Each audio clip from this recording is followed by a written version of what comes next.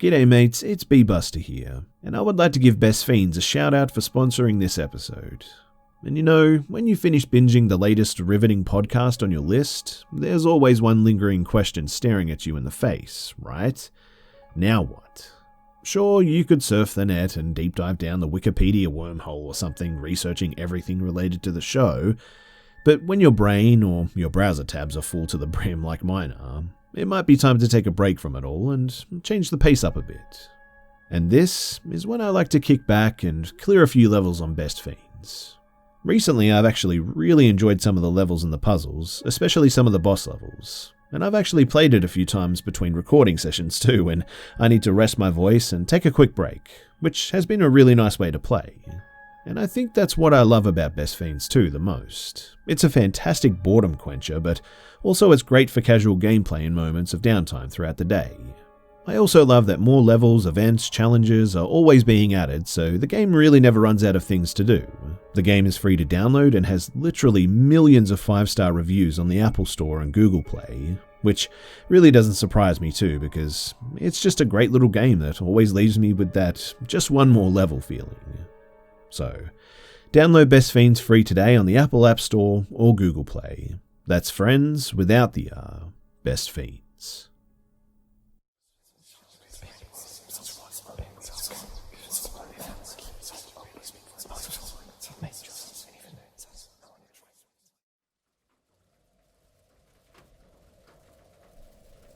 So I've held on to this story for like the last 6 years because, well, I know it sounds crazy and I've just got told not to talk about it, so I just haven't.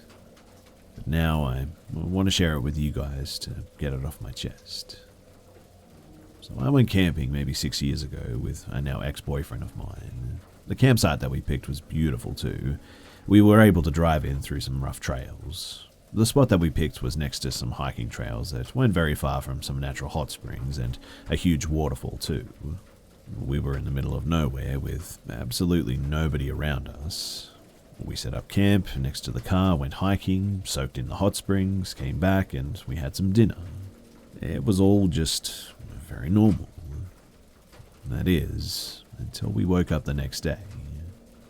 Now, I need to give some context as to how we slept that night so you can understand my confusion. Before we went to sleep, I put our food cooler in stereo that we brought in the car and locked it. I put the keys in the front pocket of my backpack and put the backpack next to my sleeping bag on the far side of the tent, away from the door of the tent. My boyfriend at the time slept nearest the door of the tent with a gun next to him, and we woke up the next morning and I felt fine. I had slept really well that night, and from inside the tent, everything seemed normal. But when we got out of the tent, our campsite was absolute chaos. The fire pit that we'd made was ruined, the cooler had been thrown and food was scattered all over the place. The stereo was smashed to pieces laying next to a tree. All of the doors of the car were open, including the trunk. And we just sort of stood there for a minute in silence, just taking everything in. The woods felt off now too. It was quiet and not the beautiful campsite that I saw yesterday. Everything about these woods felt wrong now. My ex accused me of not locking the car the night before and that an animal got into our stuff. I promised though that I had locked it and went into the tent to grab the keys from my backpack, but when I did, they weren't there. Actually, I found them later on the ground, right next to the car. We quickly threw everything in the trunk and we just left. My boyfriend was quiet and wouldn't talk to me about what had just happened. He finally spoke up though when we were almost home and told me that he had had a dream the night before about something kneeling over him in the tent holding his gun and just staring at him. When I tried to ask him more questions, he got quiet again and said that he didn't want to talk about it and that I shouldn't talk about it anymore either. I've tried to forget about it too, but I just can't do it. Something really wrong happened to us in the woods that night. I'm just not sure what it was.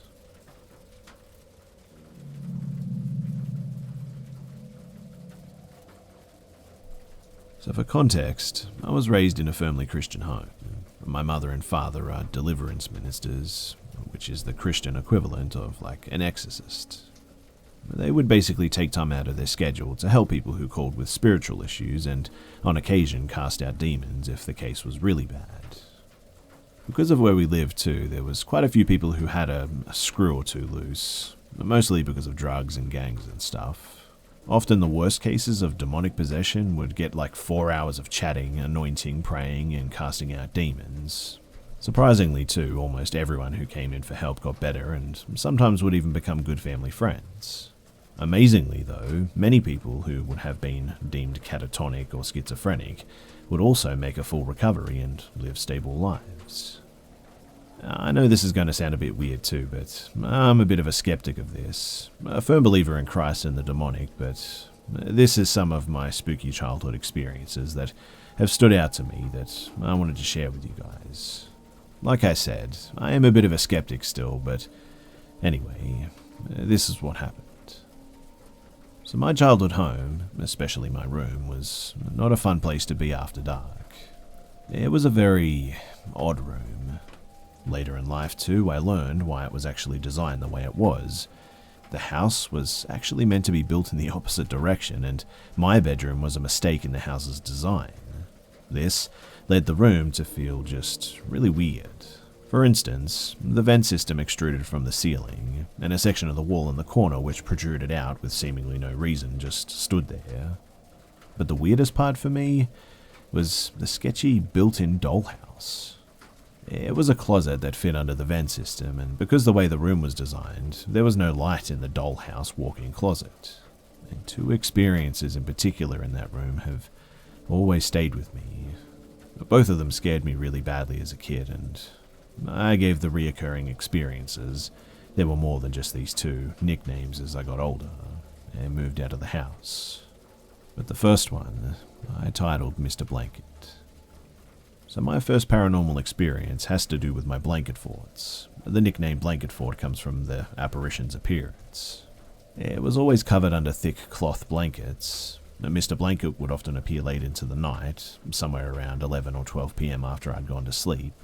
My worst encounter with Mr. Blanket, though, happened during the winter. Everything on the second story was always really cold, and we would often use lots of blankets up there. As a child, seeing all the blankets and the pillows lying about gave me a brilliant idea to build blanket forts in my room. My sister and I would play inside the forts, and we had lots of good memories in there. But on this particular night, we had a pillow fight and left the blankets and pillows strewn all over the floor of my room. I woke up to the sound of something rustling in my room. I looked out across my dimly lit room, and that was when I saw it. The figure stood about 3.5 feet tall and was covered entirely by a blanket. It stood at the corner of my room, and at first I honestly thought that I was dreaming and closed my eyes again. A few seconds later I opened them, and the figure had now moved closer to my bed. It was standing in the middle of my room, and in a panic, I sort of got up from my bed and ran to turn the light on.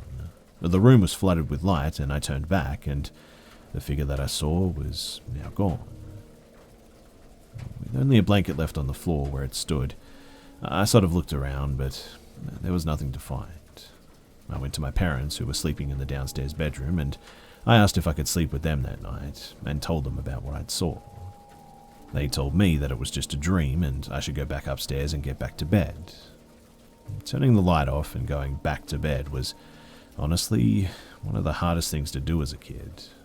I remember thinking that it was waiting for me to sleep, as that's when it would come out. When I finally was ready to sleep too, I decided to open my eyes one last time before passing out. And this is the moment that's always stuck with me. When I opened my eyes, it was only an arm length away from my bed, just standing there, still, like perfectly still, almost as if it was watching me. At that moment, I felt like death was at my bedside, and I felt like if I moved in the wrong way, I would instantly be dragged away by whatever the heck this thing was. It was close enough, too, that I would have been able to reach out and touch its head if I wanted to. My plan from that point, too, was to grab it before it did the same to me. I sheepishly raised my hand toward the figure. It stood as still as a statue before I quickly grabbed the blanket and flung it up onto the bed to reveal nothing. There was nothing under the blanket. No furniture, no sibling trying to prank me, absolutely nothing. After that point, Mr. Blanket, whoever he was, seemed to leave me alone. He did show up once or twice after that, but he never did get as close as he did that cold winter night. Personally, though, compared to the rest of my experiences, Mr. Blanket was definitely one of the worst. The second one, though, is called the Slammer, and to me, Slammer was the scariest one, mostly because it wasn't limited to the night like the other ones. In fact, you could actively watch as in clear daylight as it did its thing. If a door was left open or unlocked, he would mess with them during any time of the day. It got so bad that the doors to the upstairs bedrooms were actually removed at one point. Our parents thought that I and my sister would slam the doors just for fun or out of spite, but we both knew that the doors would fly open or slam shut by themselves. I remember the last night Slammer messed with those doors too. It was when my parents both came home late and I was left alone at home. I was playing with my toys, only to have my closet, which was closed and locked, that's how bad it got eventually, fly open, and I was confused, watched as it closed, leaving a hole in the drywall where the handle was.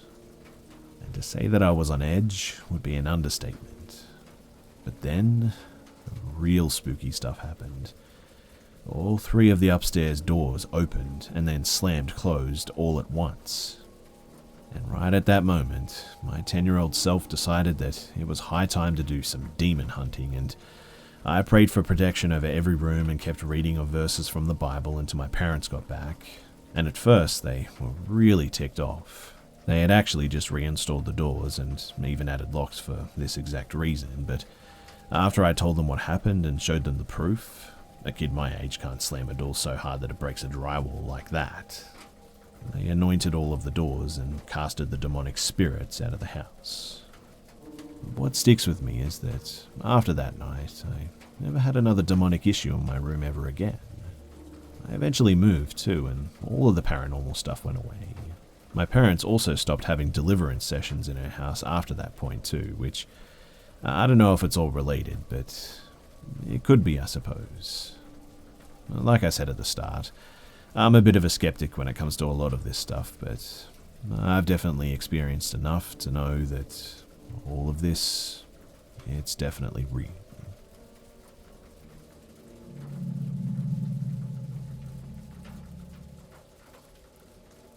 So I'm a light sleeper, and the softest noises will have me up and awake. My girlfriend, experiencing her second nightmare of the night, was softly moaning, so I turned over in my bed to gently wake her up. But that's when I noticed her standing by the window that is set up near her side of the bed, facing a mirror that is on the adjacent wall. I couldn't make out any particular features besides her very distinguishable messy bun that she had worn to bed, as it was pretty dark in my room, and there was not a lot of light shining through the closed blinds of the window. But I realized that something was still very off, as I would have definitely noticed if she would have gotten out of bed. I stared at what I thought to be my girlfriend, and it didn't move or make any sounds, but I could still hear the sounds of my girlfriend having a nightmare, and suddenly realized that she was actually right next to me, laying in the bed. At that very terrifying realization, I said, "What the hell?" and quickly reached to turn my lamp on. But as soon as the light came on, the figure just vanished. So I turned my focus to my girlfriend, who was just waking up from her nightmare, calming her down and explaining what I had just saw. And now we're awake, just searching the internet and trying to think of a rational explanation besides sleep paralysis, because I was definitely awake at the time that I spotted the figure. My girlfriend is joking that we need a blessing of the house because, yes, it's haunted. We've both experienced strange things happening since I moved into this house last year, but it was built in 2006, so it's not that old. Also, a few months ago, she, despite being a very rational individual, Also heard male voices laughing, whispering, and thumping sounds coming outside of my kitchen window when I was away on a business trip, and almost called the cops that day, despite me having a state-of-the-art security system and there being no sign of anyone being in the house with her besides my dog, who was asleep at her feet. I've also experienced finding doors open in my home that I know for an absolute fact that I had shut before. My house just doesn't feel organized unless all the doors are shut, so this was pretty unsettling to me. My fire alarm went off as well, one beep, despite there being no fire and having new batteries. I don't know. Do you guys have any ideas about what might be going on? We're both minor believers of the paranormal, but want to find a rational explanation as to what these experiences were, and especially curious as to what the figure by my window could have been. Does this mean that I have 2 girlfriends now? I'm actually going to a church tomorrow too, and I'm going to ask a priest if they can bless my house. I hung a cross next to my window too, where I saw it standing, but thinking more and more about everything, my dog was actually whining most of that night. My girlfriend's puppy is still in training, so we have her puppy in a crate, and my dog was sleeping in the hallway. Oh, and on our drive home from dinner, I remember that I had 2 other experiences like this when I was a little kid. A brief overview, but I woke up in the middle of the night and got out of bed to use the bathroom. I stopped in my doorway and looked to my left, and my sister was in her doorway, and my dad came sprinting around the corner. I got pushed back into my room by this thing, and I saw it run downstairs. A few months after that, I was visiting family in Ohio, and we went for a walk. I was just kind of straggling behind, and I looked over my shoulder, and on the top of the hill I saw the same thing. It had the silhouette of a human, but there was just absolutely no color to it, like it was completely solid black. And last night was the first time that I've seen this thing since I was a kid.